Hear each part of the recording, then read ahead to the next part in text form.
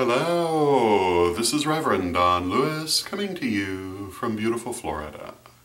And today our question comes to us from Magenta. And Magenta writes to say that since she has consciously learned to work with energy, she has come to realize that this is not actually unfamiliar territory to her. That she has unconsciously worked with energy in many ways throughout her life, and she references singing. And Magenta says that she has noticed that singing is very grounding to her, and she now realizes that she had used it for grounding all through her life without knowing that's what she was doing. But now that she's learned how to ground intentionally, she recognizes what grounding is and knows that she had been doing it. So her question is this: are there other ways in which people can unconsciously ground themselves, and if so, what are they? And my answer is, oh my goodness, yes. But before I talk about ways that we do this, let me first say a few words about sound and the power of sound vibration. Sound is a very powerful thing, whether we're producing the sound from our body, as in singing, or whether we're reacting to a sound that is produced in another way.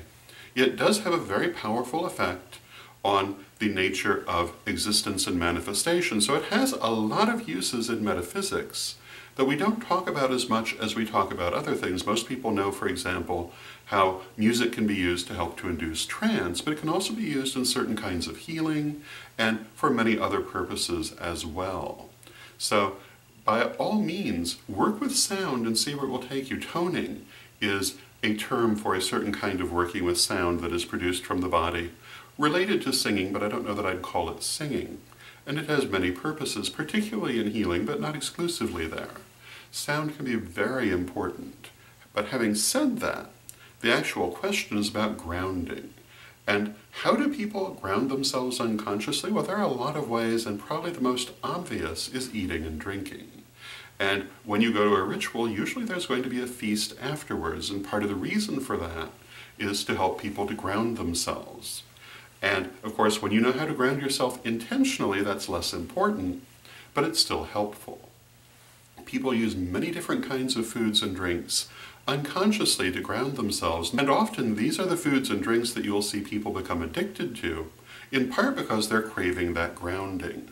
Salt is one of the most grounding things of all, and you can use a little bit of salt on the tips of your fingers or the tip of your tongue to help ground yourself if the ordinary means of grounding is not working for you. Coffee is also very grounding, and I have made a lot of use of that over the years. Tea as well can be very grounding, and food in general is grounding.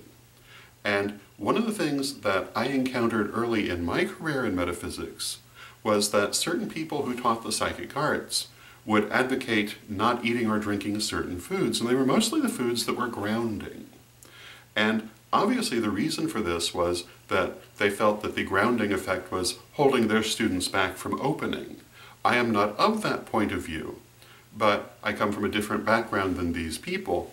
But there are a lot of people who will tell you to stay away from an awful lot of substances, and this usually is the actual reason behind it, in my opinion.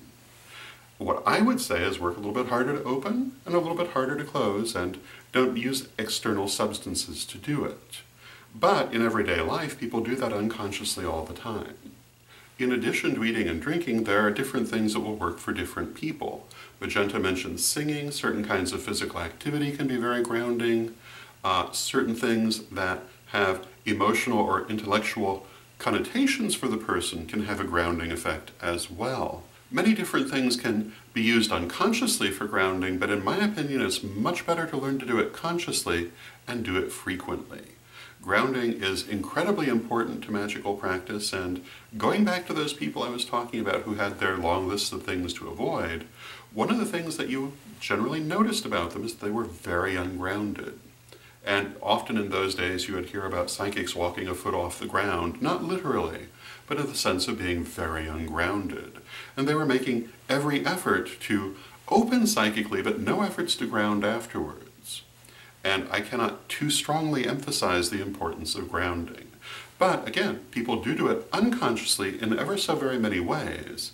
But the problem with this, again, is that when it's unconscious, you have much less control, And when people are unconsciously using external substances to ground, you'll often see them become dependent upon them or use far too much of them in an effort to ground that is not necessarily being successful.